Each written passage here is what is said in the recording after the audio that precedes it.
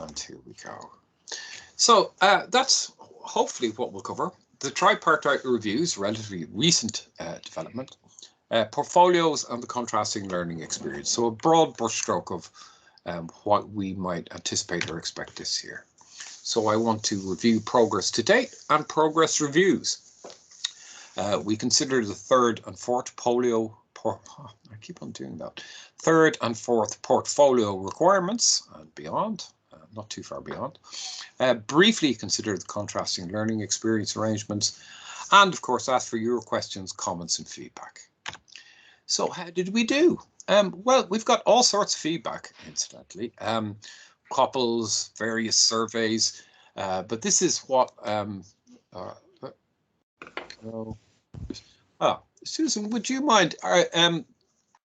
Do you see yes, the I'll window? do this, and I'll monitor the chat. Thank you. You're ahead of me already. Thank you very much. Yeah. It's really helpful. But this is the module evaluation questionnaire. So on-the-job learning comes as a module of itself. And it turns out we did better than the department, faculty or university. So these are very encouraging scores. The apprentices had a good experience. And in fact, they fed back that to us in a number of different ways. They also feedback critical feedback and tell us how we might change things. And we certainly try to take their views on board and have made quite a few changes as a result. This is who we are. We've dropped a little, 3 people, for various different reasons, generally personal, perhaps having a baby, things of that nature. But the little 2 words at the bottom, they're experienced, as we know, but they remain motivated. And this is only word of mouth stuff, but I'm teaching them their first module this year in class. And I feel like they walk a little bit taller, that they have achieved quite a lot in their first year. And it's quite a journey for some of them in particular, coming from no educational kind of involvement for many years and then coming on to a postgraduate course like this. Well, it's an undergraduate course really, actually. Anyway, I best move on. I'm just stutter too much. So our experience teaching staff in the SRAs, there are some challenges, as you might expect. For the CLEs, we went through a long process with employers working out what we should do. So an iterative process or an ongoing learning process requires energy to be put into it. We also have queries about year 3. I had some questions about that earlier today when we were talking about that, and we have a kind of rough outline, but we would encourage you to get involved in the discussions that are starting around now about the shape of the final year. Initially, that'll be at the university, and we're going to start doing that pretty soon. I mean, we have very broad brushstroke and kind of guidance about what we should do, but obviously the devil is in the detail. Our ethos continues to be we all move forward together, as I like to say to the apprentices. There was some competition for some of those seats in the course, and they are there by right. It's not luck. There's nothing to do with it. They're there because a judgment was made by several people that were the right person at the right time for the right course. In this year, in level 5, our expectation on reflection kind of goes up a grade, if you see what I mean. It goes more with an emphasis on critical reflection, and I hope that'll be reflected both in the teaching, the on-the-job learning, and in all other aspects of the course. So obviously, there are always issues about managing the learning and work. Mentors still have a little bit of a role in an influential sense, because you can't dictate how workload is done in the main, but they need to be kept in that kind of 80% bracket, as it were, since they are there 4 days a week, not 5. But again, we find that mentors are doing a good job of protecting learning time for the apprentices in the main, but again, that requires energy. It requires attention constantly.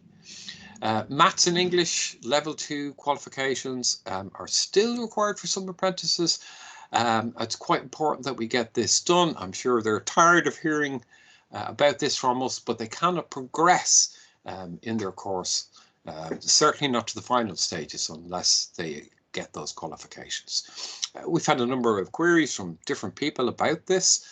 The truth of the matter is it is not within the university's gift to change that requirement. That's straight from the Department for Education, and you can write to your local MP perhaps, or do something like that if you feel strongly enough about it, but it's not something that we can actually change. We are of course planning for CLE, and we'll come back to that a little later, but it'll mostly start in January for most apprentices.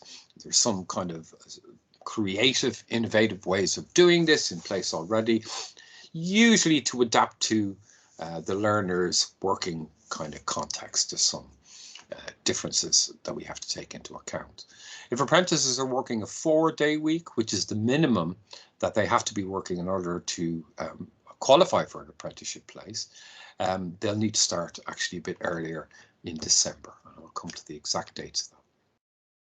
At the moment, between now and Christmas, they have a portfolio to do, and we're still at the PCF level for first placement. So that's what they've been doing since January of this calendar year. So it extends across 2 different academic years, and generally people are fairly clear what that is. I'm not going to go through this slide, but it's there for information as much as anything else. It shows how the PCF levels work across the whole of the 3 years. And of course, the apprenticeship standards also apply continually. We stick with PCF to an extent because it has progression built into it, which other standards, KSS, IATE, Social Work England standards, do not have, or at least I suppose I could say do not have to the same extent that we might need in an educational context. When we're talking about the learning needs and opportunities, I kind of keep on showing this hierarchy of learning from LOTS, which is lower order thinking skills, to HOTS, arrow on the right hand side, which is higher order thinking skills. At the start, they're really down here at the readiness for direct practice level, which is fairly basic, remembering, comprehending, just basic understanding and can describe. And then they move into levels that are more about applying and analysing. And soon enough, they'll be going into evaluating and hopefully creating. So really the verbs that we use, examples of them over here, should change to suit. So when we're thinking about the learning opportunities and how to write them so that they make sense and can guide the apprentice's development, this little tool is sometimes quite helpful. So, review guidance. Oh, well, what should we be doing? Well, generally, and I'm sure people are doing this anyway, celebrate success and achievement. It's unprecedented that a whole level 4 cohort all progress, and it is because the quality and standard of our work. Cynical observers might wonder, but I can guarantee you that the apprentices' work and the marking processes go through a pretty rigorous external and internal series of processes, which include our practice assessment panels, and some of you may have actually attended those, and an external examiner and internal moderation. So they're there by right. They deserved to progress, and they did. External examiner commented that some people are working at level 7, which is fantastic, but they don't need to. It's not our expectation. Jacqueline has a phrase, we don't need to go tap dancing in the moon. Slow and steady progress really is what we're looking for. Think about your learners' needs in relation to the levels of the PCF, obviously, and sometimes additional support is required. We already have, I suppose, what we might call standard issue input on academic writing, and there's good uptake on that. But this year, Susan managed to get services, and I'm afraid there's a little typo in the second last line here. It should be the Royal Literary Society. So he has been coming in, and he will give individual time to the apprentices to help them with their academic and written work. And, you know, it's kind of excellent timing really on Susan's part. that he got Johnny coming in, and he does seem to be extremely popular. So we continue to make the assumption that apprentices can progress. So what kind of things do we Can I need just add on that point? Sorry. So it's the Royal. So Johnny Wright is a professional writer, and he's part of the Royal Literary Fund, and they pay him to come and offer services on our campus. So it's an extra, it's a real added value thing. So if you do notice that in any of the apprentices you're supporting, you could direct them to me, and I can put them in touch with Johnny, or tell them that there is a link on their course page on Canvas that they can just book an appointment. They don't even need to come to me. It's all completely confidential, because sometimes it can be a source of embarrassment for people. Hilariously, when it came over to the class, embarrassment was the last thing I saw. At least one person stood on their seat in an effort to kind of attract attention, and he has circulated the link. But if anybody's missed that, please do contact myself or Susan, and we'll make sure that that happens. They have to do a number of things, some of which you'll be closer to than others. They have to do learning logs, which they upload onto Canvas, and they should be doing those after every session, teaching session. They have a new form called the tripartite review. Now, this is relatively new, and we only found out about it at the very start of the year, and it has got to do with Ofsted and IAT requirements. And we're actually using it in the most positive way possible to actually celebrate success and to review learning needs and opportunities, and also to talk about planning for CLE and things of that nature. But it is required, and I'm afraid you'll have to sign this and return to us so that we can keep the audit trail clean, as it were. I've already spoken about maths and English. I'm not going to go over that again, but I must say I'm full of admiration for people who have successfully completed those qualifications while at the same time undertaking considerable amount of study. So quite an achievement, really. The index of evidence, just keep that trucking along. You won't need a new template yet. You will for the CLE, because it'll be a new level of the PCF. Yes, I can see this. I would change this particular slide actually, because I see it's not quite as clear as it might be.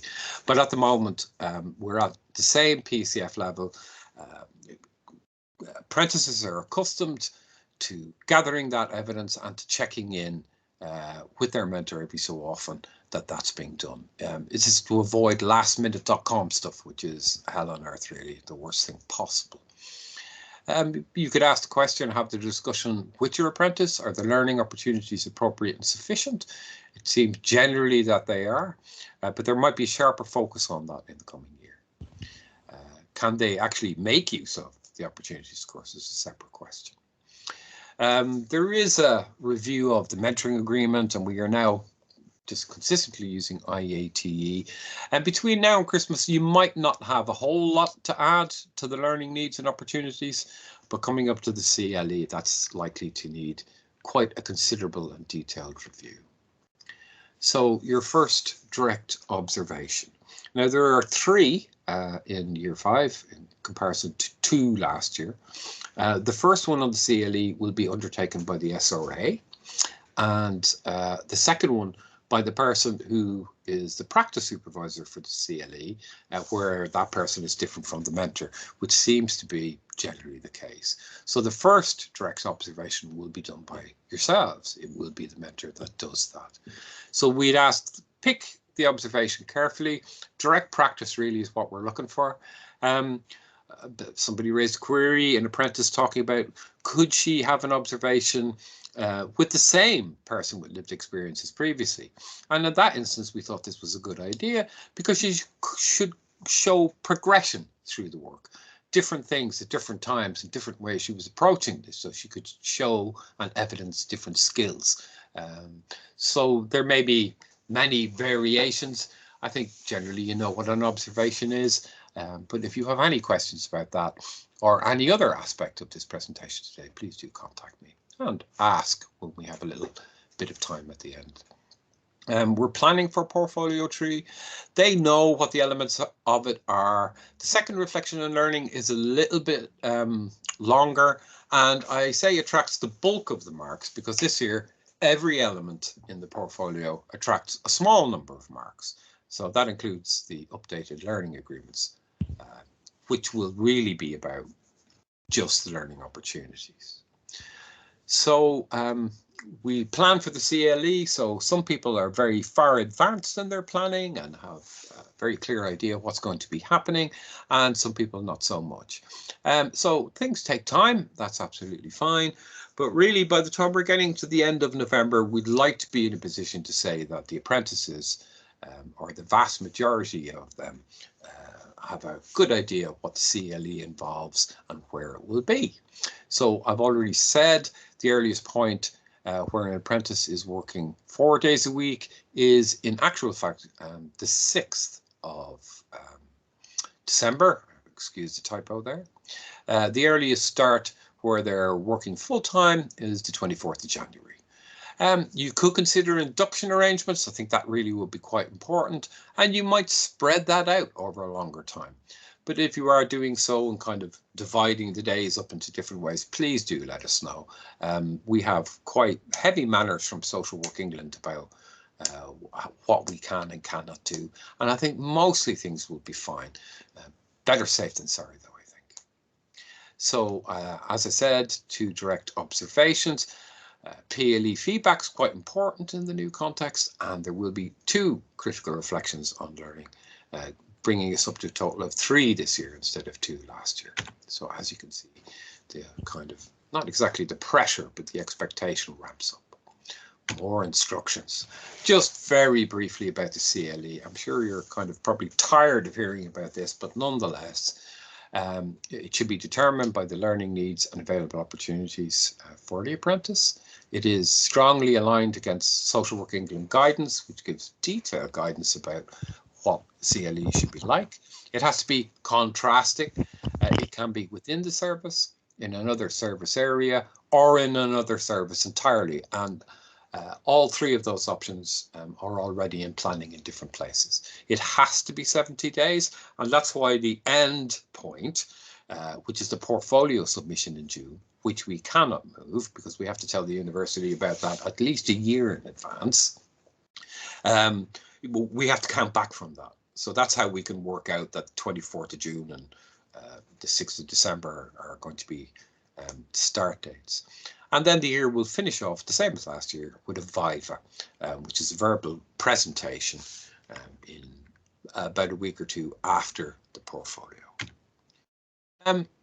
People involved, obviously the apprentices, some are new changes. The SRAs, we have 6 new SRAs in place, which we're like incredibly pleased about because they bring a breath of fresh air to the place and wipe away some of the cobwebs. They are all practice educator qualified, and quite a few of them have been practice assessors. They're all extremely experienced social work in their particular areas, and they come from a number of different disciplines. So that's been, yeah, that's been a great thing for us. And some of you will have met some of those new SRAs already, and I believe one of them might be on this call.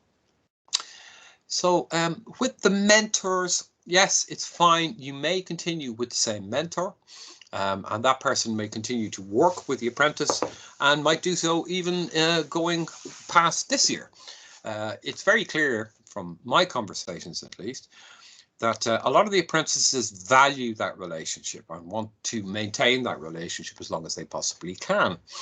I suppose we talk about relationship-based practice, and one of the key elements of that is continuity where possible. God knows it's not always easy to maintain that, but it's very clear from my conversations that the apprentices value this, as do, I would hazard a guess, the mentors.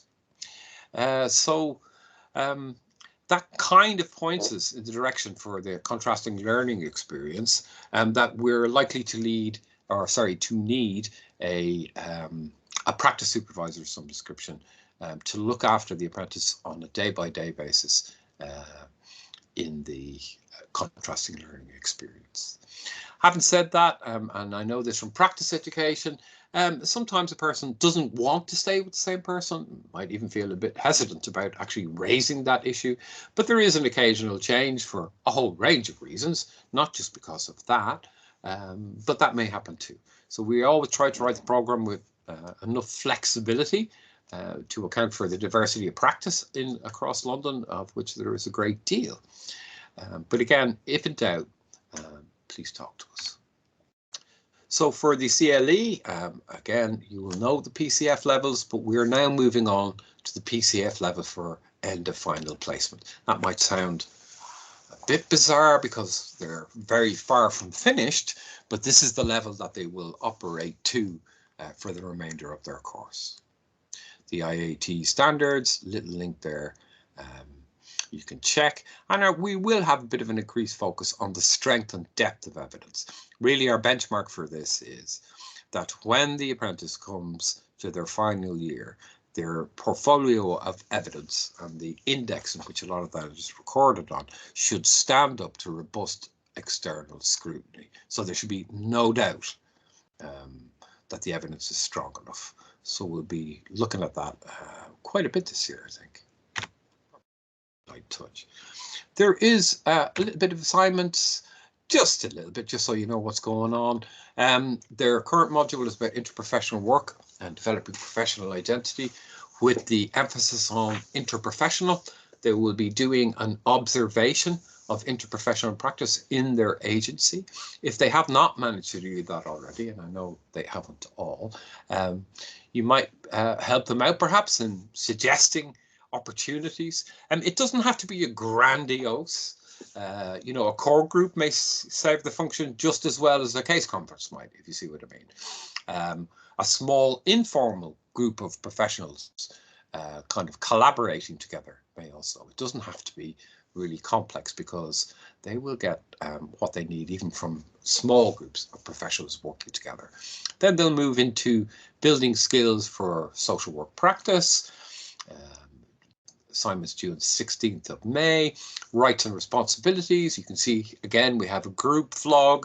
We like to have a range of different assessments because in actual fact it's potentially discriminatory not to offer other things, not just a 2,500 word essay, as it were. So we kind of mix it up as much as possible, and that helps different people's learning needs and styles. And you can see that the on-the-job learning portfolio, the one they will currently be working on, will be due on the 10th of January, and then submission for the CLE portfolio, essentially, will be on the 13th of June, with final activity the week ending the 24th of June will be the Vivas.